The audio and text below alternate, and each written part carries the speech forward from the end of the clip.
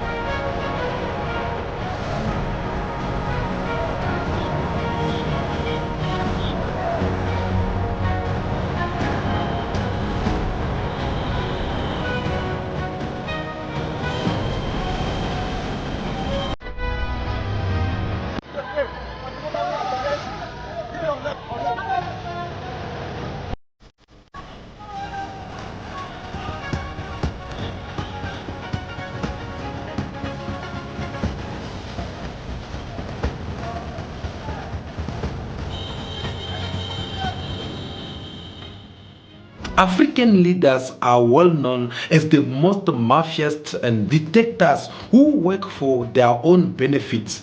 Leaders who believe in stealing the little money which they're supposed to be providing for their nations in order for them to go ahead and build different mansions. Or yes, they are good at building different palaces because they want to show it off. They want to show it off because they want to compete against one another. They want to see who have built a better palace than the one of a country, or who have built the most biggest palace than the one of the former president of Tunisia. Even though the history is showing us otherwise, they seem not to learn from the former presidents who have also stolen from their people. For example, Mobutu Sese Seko, the former president of Zaire, a man who had built the most biggest palace in the forest of Equatorial.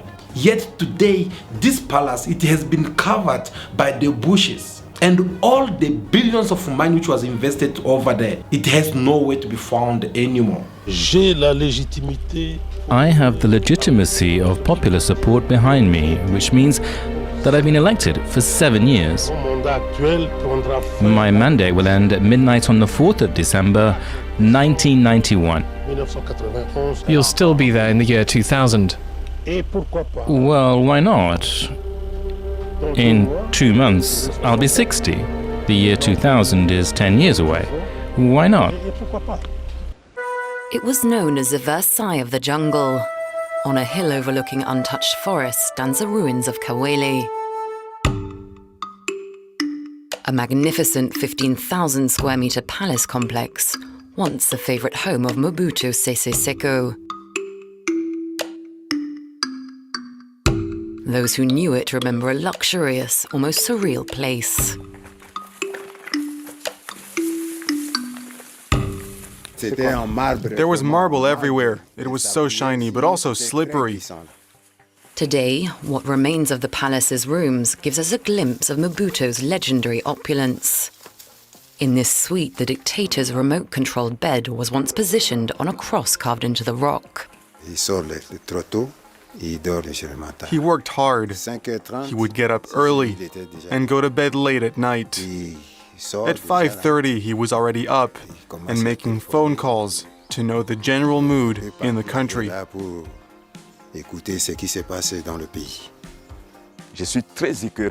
I'm very upset because I know how his residence used to be.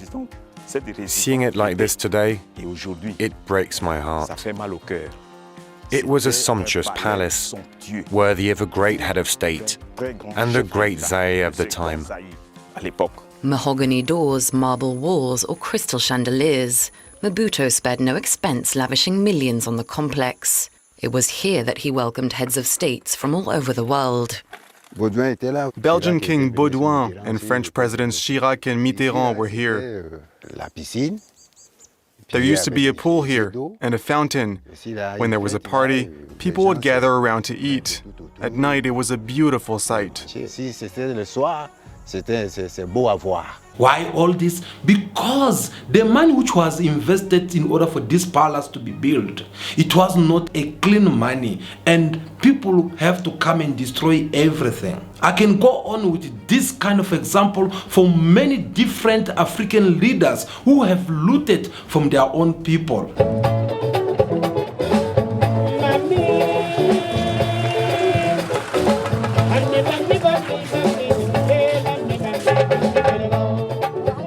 Welcome to the Gambia, land of sun, sea, sand, and a president who claims he can cure AIDS.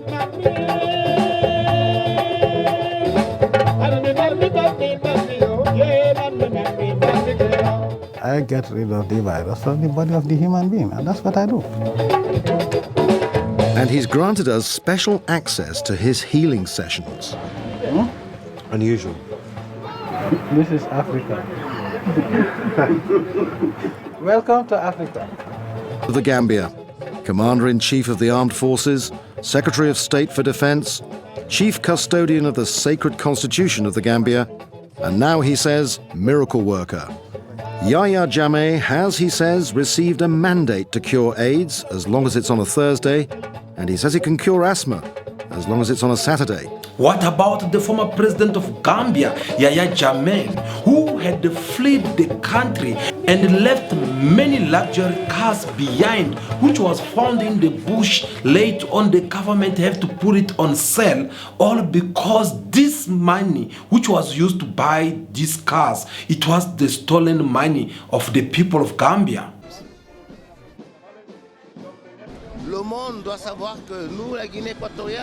His son has it all.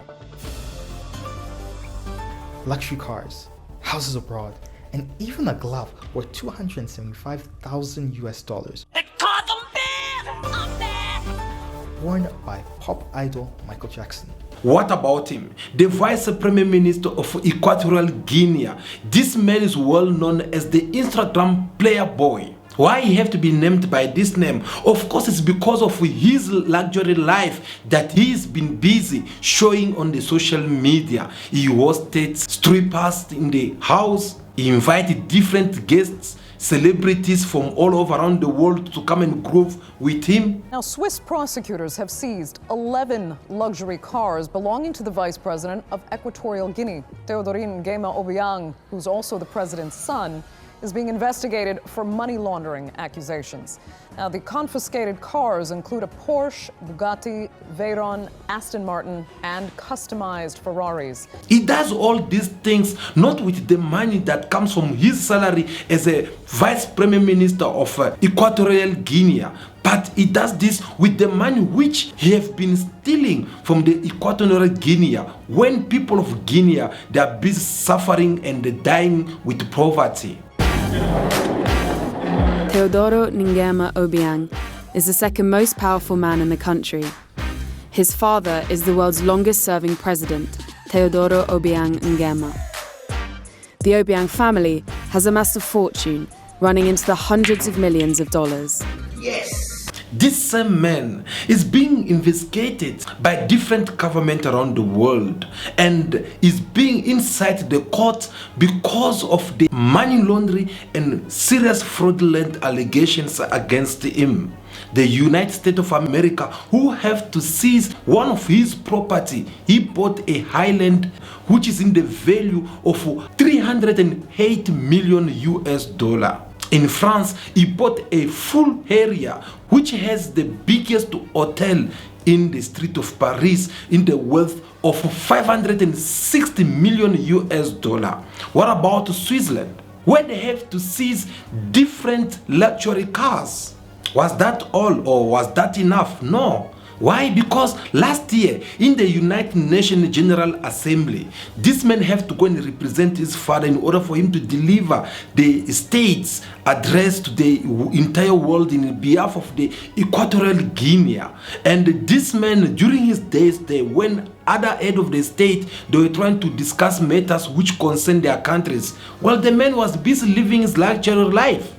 And with his ultra-luxurious lifestyle, Obiang has now landed himself in another controversy.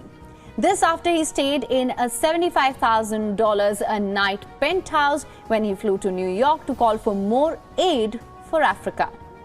Obiang, who goes by the name Teddy, traveled in a private jet to the States, stayed in one of the world's most opulent Mark Hotel. The hotel's 2-floor penthouse has 5 bedrooms, 4 fireplaces, 6 bathrooms, a living room that can be converted into a ballroom, and a rooftop terrace overlooking Central Park. Visuals and pictures shared by Vice President on his social media account showed him strolling around the suite and admiring the views in a light blue suit wearing a large watch. Now, tell me something. When you look at this Vice President of Equatorial Guinea, what difference is between him and this Nigerian scammer Ashpop? Ashpopi is the #1 Yahoo boy in Nigeria. He's a role model to every Yahoo boy in Nigeria. There are ways to look at Hushpuppi not as some kind of hero, but you can respect some of the things that he did and the way that he thrived in our current. One of the things people would ask me was, why did he post to Instagram? Like, he should have just kept a low profile. My answer ultimately was, why do you post on social media? I mean, he was doing it for the same reasons we all do it, to get some response from people, to feel his place in the world grow and be respected. G for Gucci, you know? When you look at the story from one layer, it's very simplistic, but the deeper you get into it, the more you see the complexities around how someone like Hushpuppi exists in the modern world. I believe you have the answer already. But is he the only one who's in this kind of situation? No. What about the former president of Tunisia, President Ben Ali, who had fled, and once his palace was being attacked, they had to find a lot of millions of US money in his home secret bank. This is where former President Zain al-Abidin Ben Ali used to live. Ben Ali and his wife had a passion for overstated luxury. This hall is packed with antiques, works of art, porcelain vases, and gifts from monarchs and wealthy businessmen. Now, the palace and the priceless items inside are for sale. Tunisia's ousted president stashed cash, gold, diamonds and other precious items in secret spots in his palace in Tunis. State television says President Zine al-Abidine Ben Ali was toppled last month after 23 years of authoritarian rule. Film footage of just one of his safes showed the extent of the former leader's wealth, with large wads of €500 notes, as well as other treasures including priceless jewellery. The Tunisian broadcast said the riches would be redistributed to the people. The EU, France, Switzerland and Canada say they've all frozen the assets of Ben Ali and his family entourage. Those are thought to total tens to hundreds of millions of euros. How can a president being found with such kind of cash in his own house? The person who's supposed to be teaching or showing the good example for everyone in order for them to save the money inside the banks, yet they're behaving like some who prefer to keep cash under their mattress. And it was not only the money which was found in his palace, but there were also a lot of luxury cars, luxury borders, a lot of things which later on they end up putting it for auction.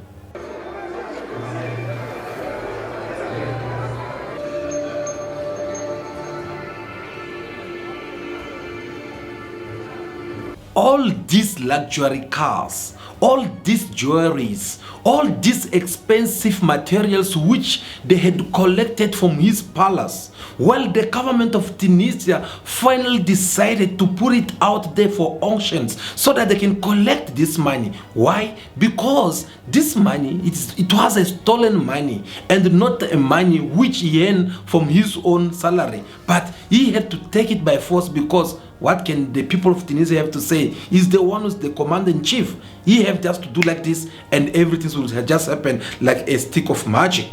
So these presidents, they are busy stealing from their people while their people, they are suffering While their people, they have a lot of number of unemployment, yet them they are able to steal alongside with their siblings or their side chicks or their wives, or should I say their family. For an example, President Ben Ali's nephew, who was also one of the big thieves in this government. This is the looted villa of Moaz Ben Ali, the nephew of the former Tunisian president. The writing on the wall, "This is the people's home." This is an extremely wealthy part of Tunis. Many of the Ben Ali family and also the Trabelsi family, that's Leila Trabelsi, who was married to the president, lived in this area. This is the ground floor, what used to be the ground floor. As you can see, it's just absolutely gutted, glass all over the place. We found this torn picture of Moaz Ben Ali. It's not clear when he fled. It's unlikely he'll ever be allowed back.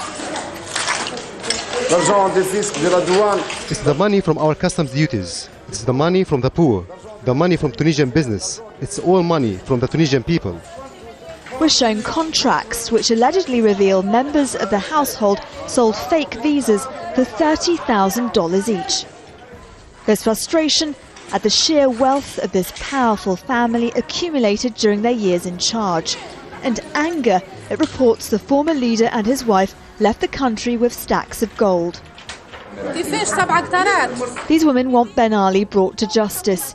They say their land was confiscated by the government and sold to the ruling family. As you can see, there's a lot of interest here in the local area, people just wanting to look around. This was the upstairs part, the bedrooms. There's not much left, just scraps of paper, bits of glass, and even the wallpaper has been stripped off as well. It is an extraordinary reversal of fortunes for a family that dominated for so long. So he was stealing alongside his uncle. And when things goes down for them, once they flee out of the country, this is what all these mansion and palace have to turn into. Let me tell you about another person that just came in my mind. And here I'm talking about Joseph Kabila. Look at this man. He came in power wearing boots as a soldier in support of his so-called father, Roland Desire Kabila. Story short, we then saw later on the father was assassinated by his own bodyguard for the reasons which we're still ignoring until now. After he have succeeded his father. Moi, Joseph Kabila, président de la République démocratique du Congo, je jure fidélité à la nation. The man have changed his life from poverty to something which we can't even describe, to enrich his own family and his own environment. Being stolen from the Congolese Reserve Bank, this man, he will die rich for the rest of his life, because what he have stolen from the Congolese people is way too much that you can't even believe.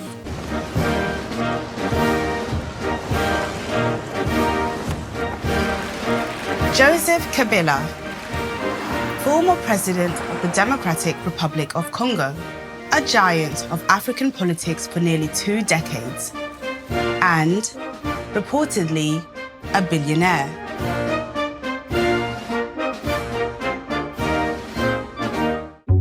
The DRC is rated as one of the most corrupt countries in the world.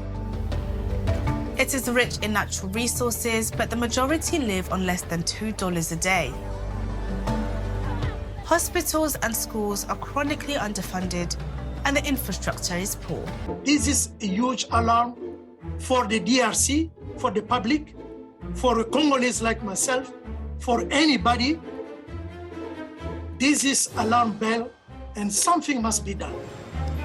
There must be an investigation to get beneath the surface, because everything we have seen could be just the top of the iceberg.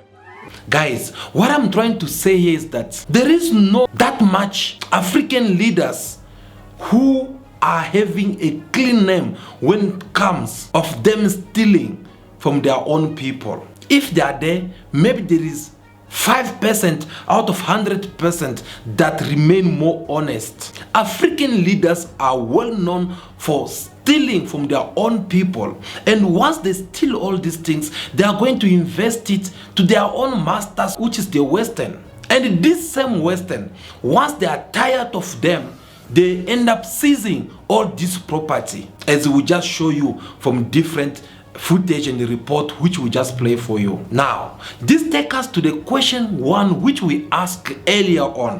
Why is Ibrahim Traore winning so far? And what lesson can greedy African leaders have to copy or learn from this young man? That is a very capital question. Because if you look very well right now, you'll see that Ibrahim Traore is winning. Is winning and winning again from all the activities that is taking place right now. Ibrahim Traore seems to be winning the trust of Africans who are seeing something more worth it. They are seeing a man of dignity. They are seeing a man who's trustworthy. And for people of Africa, but let us just focus on the basic. And please note in mind that we are not saying that Burkina Faso it is now a paradise.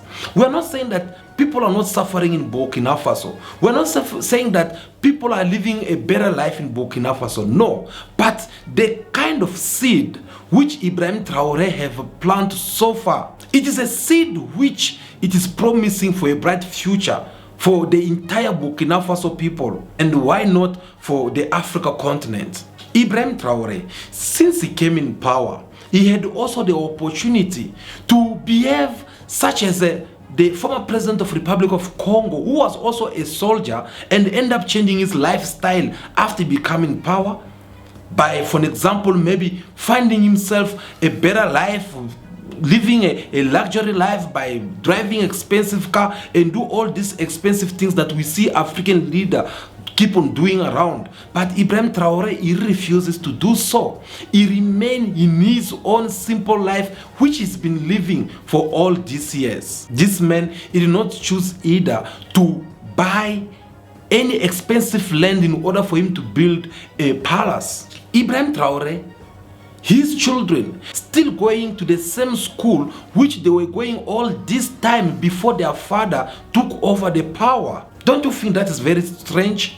Because they will have also choose to go to all this expensive school, but he preferred them to remain in the same position as the one they used to be all this time. As the head of the state, all the head of the state in Africa, they have their basic salary.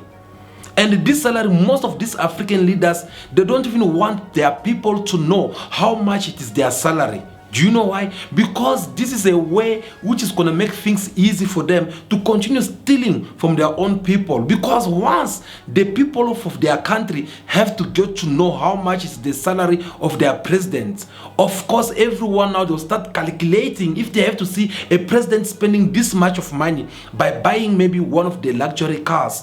Everyone will come and ask, Mr. President, where did you get this money from? Because we know your salary is about 8 million and this car is about 150 million. Where did you get the rest of the money? So they don't want anyone to know about their salary. But is that the case with Ibrahim Traore? No. Why? Because Ibrahim Traore, he came more openly about his salary. And then he said that they are going to cut off in his own salary, they are going to cut a certain amount of money and give it to the government. Have you seen such a things from your own president? Depending on which country you're watching us from. Tell us what you think about it in the comment section. Do you think your president can do such a things? I can only imagine all your answers coming like no, no, no, no. Of course, because these people, they don't want to behave like Ibrahim Traore. Captain Ibrahim Traore, instead of him trying to change his life, stealing money from his people and do something else, but this man is actually taking every effort that he have and every money that's supposed to be stealing, using it by helping people who are in need in order for him to develop the economy of his country. Guys, remember, China did not get where they are today without agricultures. Because in China, it is all about agricultures. If you can't cultivate, you are not being considered as a true citizen. And today, China, they are one of the most powerful nations in the world when it comes to the economy, because food in China is nothing. They have enough food in China to the point that they start exporting it outside of China. And that strategy, it is what Captain Ibrahim Traore had to apply by going to buy all these farming machines, and he came with them instead of him maybe using it for the state so that they can have different farms around the countries. But he went with it and said that I'm going to give it to everyone who have the farm. And the government will make sure that they will provide everything that these people need. What is the petrol? What is the service for the engine or anything as you wish to call it? And these farm engines, they are just there to help all these people in order for them to cultivate even more different foods. And it's doing all this without them being charged. Imagine that kind of ideology. Do you think these all African leaders that I just show here, they can be able to have that kind of initiation in their mind? No. Instead, they'll think on how they have to go to the United States of America and live that luxury life. Imagine this man, he went there, he spent 75,000 US dollar in a night. Do you know how much money is that? That's a very big property in Africa. That's you can build even about 100 and something schools in Africa continent. Go in his country and check how many schools are there. Yet these men have to go all over America or Europe and spend this kind of money. And that's what make Ibrahim Traore become even more unique. Because when all these things are happening, Africans are not blind. Africans can see. Africans have the ear to hear. And these Africans, they can tell us that this is the kind of leaders we need, and not this other one who's being known out there as the Instagram player. Not an excellency, Mr. Prime Minister, but a social media influence who have to come and show people around about his luxury life. Ibrahim Traore have done so much to the point that he even cut all the ties with the Western from the moment when they refuses to support him to fight these terrorists who've been causing a lot of drama in Burkina Faso and in the Sahel region. Burkina Faso who have to come and suffer in the hands of the Western because they do not want them to buy even the guns. They sanctioned the government of Burkina Faso. But Ibrahim Traore is like, no, instead of me taking this opportunity and stealing all the money which is supposed to be used to pay the different fighting weapons, well, I'm going to take this money and use it for something else. But as for the US, as for France and all the Westerns, this is your punishment. You have to stop them from not taking his minerals. Do you see your president as African president doing such a things? Again, the answer will be no. Why? Because if they were having this kind of willing as the one for Ibrahim Traore, I think they would have done this kind of things long time ago, and I don't think the Western, they were gonna be able to continue having a last word to say when it comes to African leaders with their politics. But since our leaders are being controlled by the Westerns, and most of them, they are puppets to the Western service, that's why you see them, they are stuck. And that make Ibrahim Traore become even more different from them. But guys, what lesson can these African leaders have to take from Ibrahim Traore?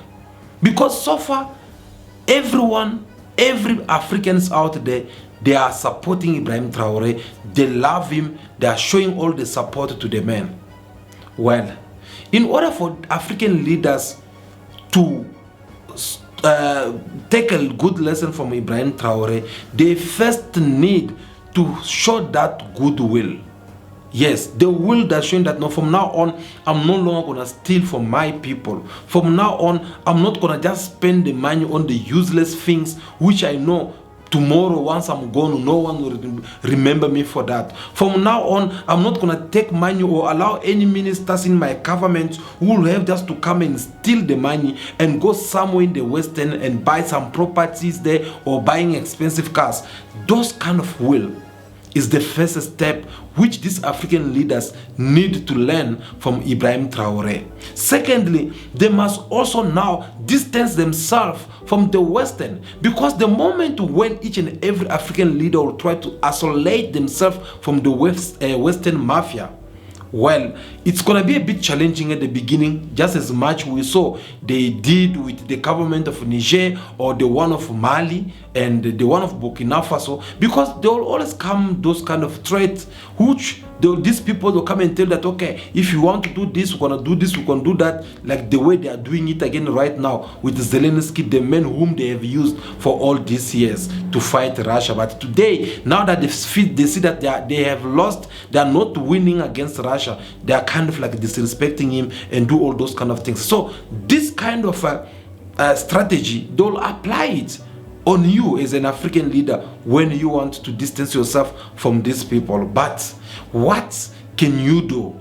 Well, if they do this to you, they try to threaten you, they say that they're going to sanction you, they can do this and that, you also look in your country. There must be one thing which these people, they really want to have from your country, and take that thing, use it against them. Ibrahim Traore did it. He collect all the minings which was belonging to the British, Americans or France, and he said from now on, you guys are not allowed to produce any of our minerals here. We're taking away your license, go back where you come from. Since you don't want to cooperate, go until when you make up your mind, you come. Right now, that's why they got stuck. That's why they are trying to eliminate him, whether it's physically or politically, but they keep on failing. And don't be surprised whenever you see Ibrahim Traore walking with his little revolver or in the military uniform, and don't be surprised or ask a lot of questions whenever you get to see Ibrahim Traore greeting people with his hands folded in this way. Well, because the man, he have received a lot of temptations against his own life, but he keep on surviving because he's a soldier, and as a soldier you need to fight until your last breath, and that's what this man is doing. So African leaders, if they want their people, if they want African all over, whether it is in the continent or in the diaspora, to applaud for you as an African leader, then you need to follow the same strategy. We are seeing the president of Ghana is trying, of course, to follow the same road by trying first to start approaching all these military governments of Burkina Faso, Mali, and Niger, and talking with them, because the many have just understand that no, actually, if it is working for them, perhaps it can also work for Ghana. So we shall wait and see for how long it's going to follow the same way, because whether it is Mali, Burkina Faso, Niger, these people, they are no longer in African Union, because remember, they were all sanctioned over there. So they have created their own organizations which seem to be approved by millions and millions of Africans all over around the world,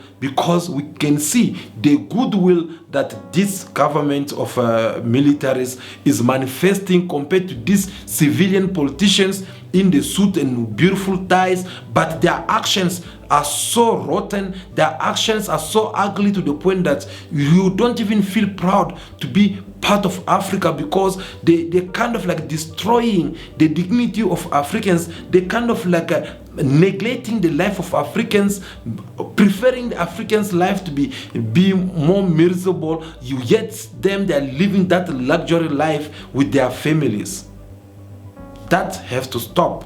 And Ibrahim Traore have shown that goodwill. He have shown the road away. So whoever who want people of Africa to like or support him, the choice is very simple. They will just have to do that by doing what is right. And once people of Africa or people of their country start noticing it, of course, we'll be also talking about them in a good way. Guys, this was very important conversation that we had with you. I believe you know a couple of African leaders who've been living this kind of life from one moment to another. Some of them, their property are being seized all over around the world. Please tell us also your own story that you are more familiar with, which we did not mention about here. Just drop us the comment in the comment section. Share also your thought with us on what lesson can African leaders have to learn from Ibrahim Traore. I believe that will be all. Thank you so much for your time. I really appreciate your presence.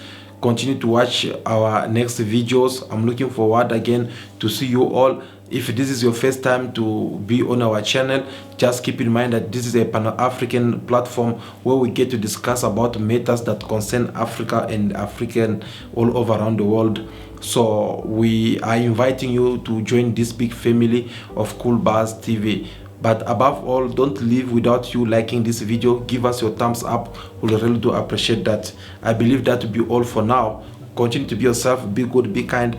Have respect for everyone in order for you to be respected. May God bless you all. I'll see you again very soon in our next video. Ciao, ciao.